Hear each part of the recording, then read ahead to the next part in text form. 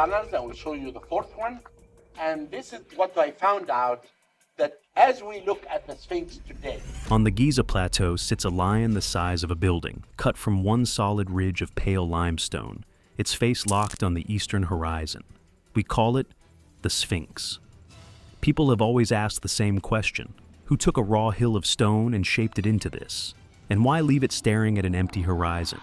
The sun sets exactly on that intersection, over the Sphinx's right shoulder and into the sanctuary on the east.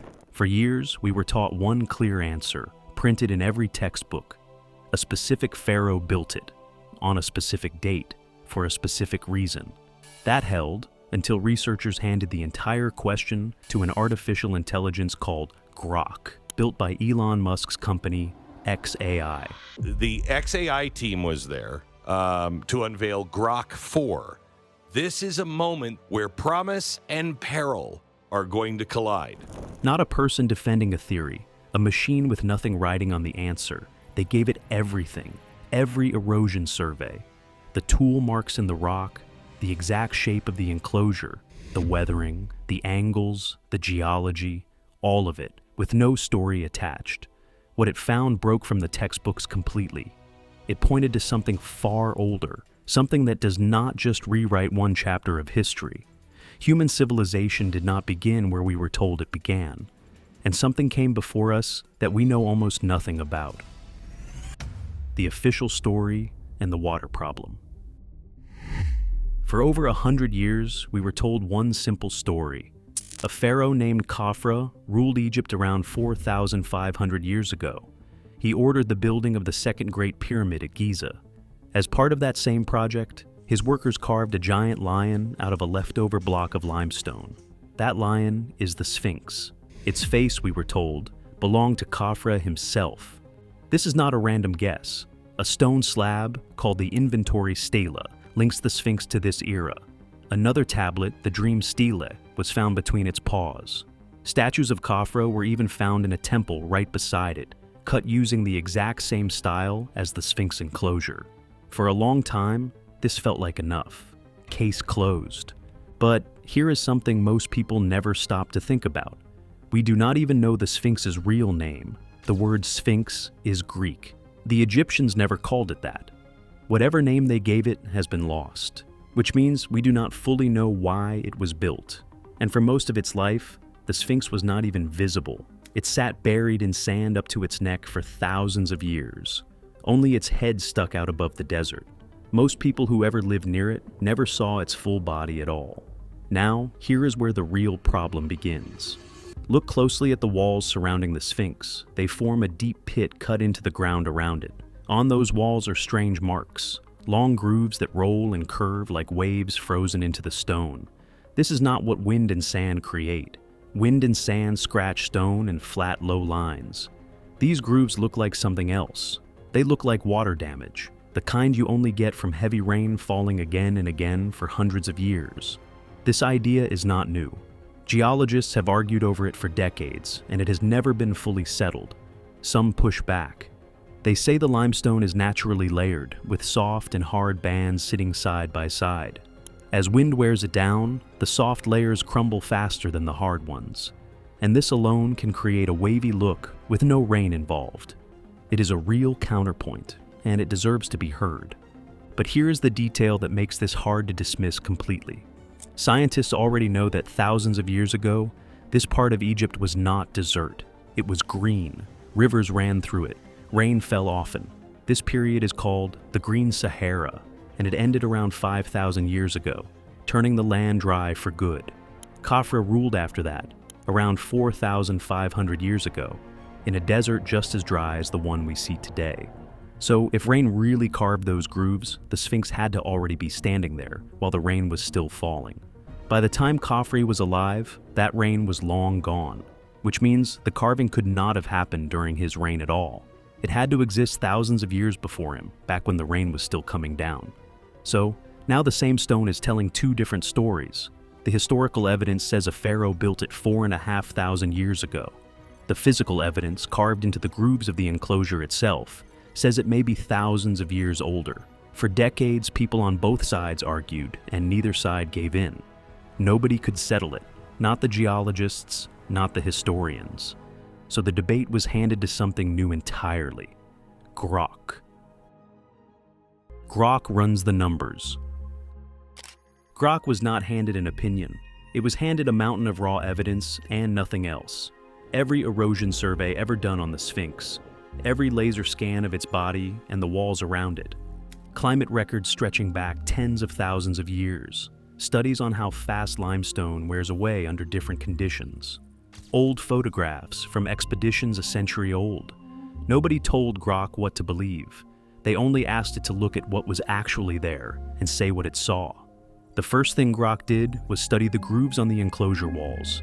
It compared their shape against 3 known causes of damage: wind and sand, which cuts low and flat; salt, which leaves a crumbling, pitted look; and rainfall, which carves deep rolling waves over many years. Grok matched the pattern against all 3, and the result was rain by a wide margin. The system placed its confidence at 94.7%. The wind and sand explanation, the one the official story depends on, barely registered next to it. That number alone should make you pause. But a number like that only tells you what likely happened. It does not tell you how long it took. So, Grok pushed further. It asked a harder question. If rain really carved these walls, how many years of rainfall would it take to cut grooves this deep into limestone, this hard? This is not guesswork. Scientists can calculate how fast stone wears down under steady rain. Grok ran those numbers against the wall depth and came back with an answer. Not months, not years, centuries. Hundreds of years of steady rainfall at minimum to create damage like this. And that number changes everything. The last time this kind of heavy, repeated rainfall touched the Giza plateau was around 7,000 years before Khafra was even born. For the Sphinx to carry scars like this, it could not have been carved after the rain stopped. It had to already be standing there while the rain was still falling. Now, sit with what that actually means. If this is true, the Sphinx sat exposed to centuries of storms with nobody protecting it. No repairs, no maintenance. Just stone, alone in the weather, year after year, while whoever built it either vanished, died out, or simply lost the power to care for it anymore. That is not a small detail.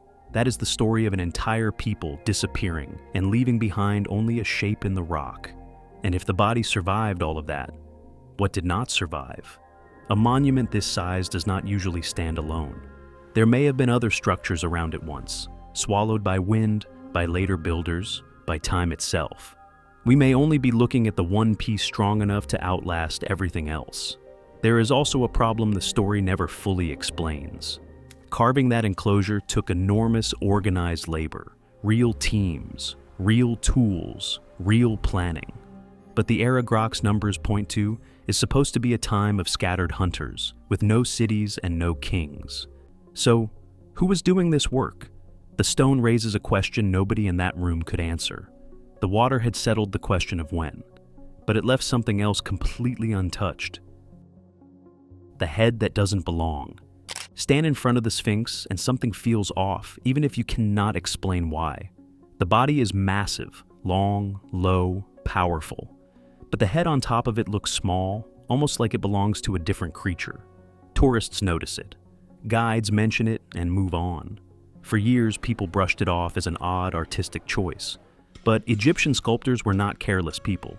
Egyptian art followed strict, exact rules of proportion. Every statue, every carving, every figure on a temple wall was measured against a fixed grid, a system passed down for generations to make sure the human body always looked correct and balanced. This was not guesswork. It was closer to a formula, followed with real discipline, which makes the Sphinx's small head even harder to explain away as an accident. Grok did not brush it off. It measured it. It compared the size of the head to the size of the body, using the same kind of ratios Egyptian sculptors themselves relied on.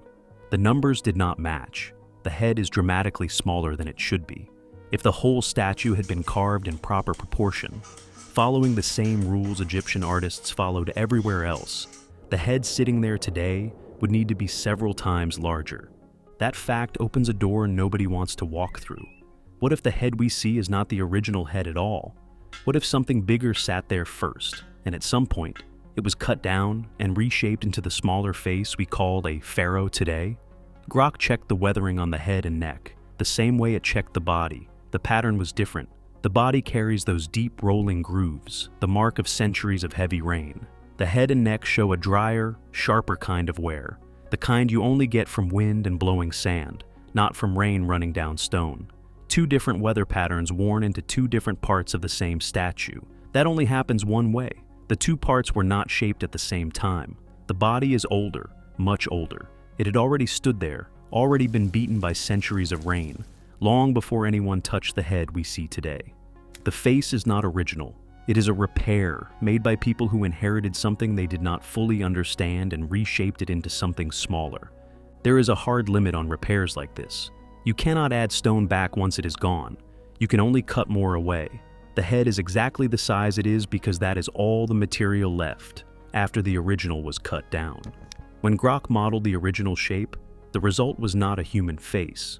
It was a lion, full and correctly sized, matching a lion's body from nose to tail. Here is something stranger to sit with. The Sphinx is missing its nose, and for years people blamed Napoleon's soldiers for shooting it off. That story is false. Sketches drawn before Napoleon was even born already show the nose gone. Nobody knows who broke it, or when, or why. If the face really was changed on purpose, someone may not have been repairing the Sphinx. They may have been erasing what was there before. Here is the coldest part. If an older civilization carved that first lion head, they left behind no writing, no language, no record of their own name. A people capable of shaping solid rock, this precisely vanished so completely that not one word of theirs survived. A lion's head, recarved into a man's face, only raises a bigger question. When exactly does it make sense to build a stone lion in the first place? The lion in the sky. Before we get to what Grok found next, you need one true fact about the sky. Stars do not stay in the same place forever. Earth wobbles very slowly as it spins, the same way a spinning top wobbles before it slows down. Scientists have measured this wobble. It takes about 26,000 years to complete one full circle. Because of it, the exact spot on the horizon where the sun rises on a specific day slowly drifts across different constellations over thousands of years. Here is proof. The North Star, the star we use to find north today, has not always held that position. Thousands of years ago, a completely different star did. The whole night sky our ancestors navigated by was arranged differently than the sky we see now. Stone can outlast that weight and hold on to the exact moment the sky once lined up. Here is a fact about the Sphinx that is not up for debate. It faces due east, not roughly east. Precisely east, aimed at the exact point in the horizon where the sun rises on the spring equinox, one of only 2 days a year when day and night are equal. This has been measured. So Grok asked a question nobody had fully chased down before. On the spring equinox, what constellation would have been rising on that exact point of the horizon as the sun broke through?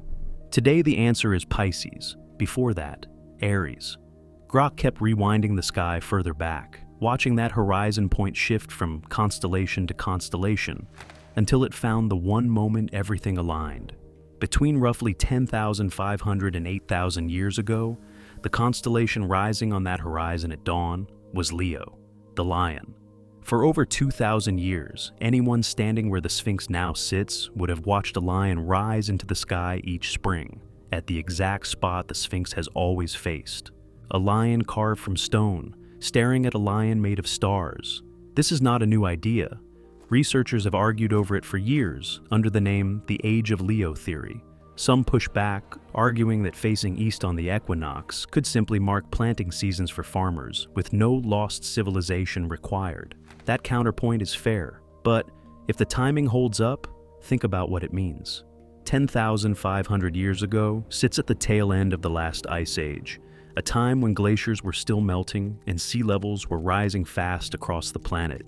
If people built this during that window, they were not decorating a monument. They were leaving a timestamp carved into the one material built to outlast floods, storms, and the death of every language that has ever existed. A signature only matters if someone was meant to find it, And the moment Grok looked past the borders of Giza, it found that exact same signature waiting in places that had no reason to share it at all. The chamber on the line. Underneath the Sphinx, something has been sitting in the dark for a very long time. For decades, scientists have used ground scanning equipment to look beneath the enclosure without digging. These scans use sound and radar to detect what is hiding under the rock, the same way a doctor uses an ultrasound to see inside a body without cutting it open. And again, the scans have picked up something strange. Empty spaces, gaps in the bedrock that do not look natural. Some are shaped in ways that look almost deliberate, almost rectangular, almost built. For years, researchers mostly shrugged these off. They were filed away as later tombs, or cracks caused by natural shifting in the rock. Nobody chased them seriously. Grok did not shrug them off. It took the depth, the spacing, and the direction of each void, and lined them up against the equinox alignment it had already confirmed. The exact line the Sphinx has always faced at sunrise. One void stood out from the rest, a chamber-shaped space, sitting almost perfectly on that same line, buried below and slightly in front of the Sphinx's paws. Not off to the side, not scattered randomly, sitting right where the alignment pointed. This is not the first time someone has claimed something is hidden beneath the Sphinx. In the 1930s, a man named Edgar Cayce, who claimed to receive visions while in a trance, predicted that a hidden chamber would one day be found beneath the Sphinx. He called it the Hall of Records, and he said it would hold the lost history of an ancient civilization. At the time, people dismissed it as fantasy. There was no scanning technology yet, no radar, no proof of any kind. Decades later, actual ground scans began picking up real, unexplained anomalies in that same area. A guess made in a trance, long before science had any way to check it, sitting eerily close to what modern equipment would later detect. So why has nobody simply dug down and looked? This is where the real world gets frustrating fast. Egyptian authorities have restricted deep excavation directly beneath the Sphinx for years, citing concerns about damaging the structure above it. That caution is understandable. The Sphinx is old, fragile, and irreplaceable, but it also means that whatever is down there, if anything is down there at all, could stay buried for decades longer, sealed off not by mystery, but by policy. And that raises an uncomfortable question. Is this caution, or is this avoidance? Nobody can say for certain, but every year that passes without an answer is another year the questions get louder instead of quieter. There is also a darker possibility worth sitting with. Not everyone assumes a hidden chamber has to be a library filled with knowledge left behind on purpose. It could just as easily be a tomb, something sealed away deliberately, meant to stay hidden, not meant to be found or read by anyone at all. A record left for the future is one kind of mystery. A grave hidden on purpose is a very different kind entirely. One buried chamber, sitting on one alignment, could still be written off as coincidence. But coincidence becomes a lot harder to believe once the exact same pattern starts showing up on maps that have nothing to do with Egypt at all. The global grid. Grok did not stop at Egypt. It widened the search across the planet, looking for other ancient sites built with the same precision and the same alignment to the sun. It did not have to look far. In modern-day Turkey, there is a site called Göbekli Tepe, roughly 11,600 years old. Older than farming, older than writing, older than the wheel. Most experts believed organized construction like this was impossible without agriculture first. Göbekli Tepe broke that rule. It was built by hunter-gatherers with no permanent farms at all. And yet they carved massive stone pillars covered in animal carvings and arranged them into deliberate circles. Then, at some point, the people who built it buried their own temple. It was not destroyed by an enemy. It was not lost to time. It was sealed deliberately by the very hands that built it. Nobody knows why. Now, travel to the Andes, where stone terraces are cut with such precision, you cannot slide a knife blade between the joints. No mortar, no modern tools. Travel again to a green plain in northern Europe, where massive standing stones were dragged from quarries an impossible distance away, and set to catch the sun on specific days of the year. 3 continents, 3 cultures, none in contact with each other, separated by oceans and thousands of years. When Grok laid these sites onto one map and measured the angles connecting them, it found agreement. The same angular relationships, repeating site to site, as if every one of these places was built against a single reference point nobody alive remembers creating. Not one architect building everywhere, but one blueprint, echoing through hands that no longer fully understood what they were copying. Then Grok ranked every site by precision, how tightly the stones fit, how accurate each alignment was.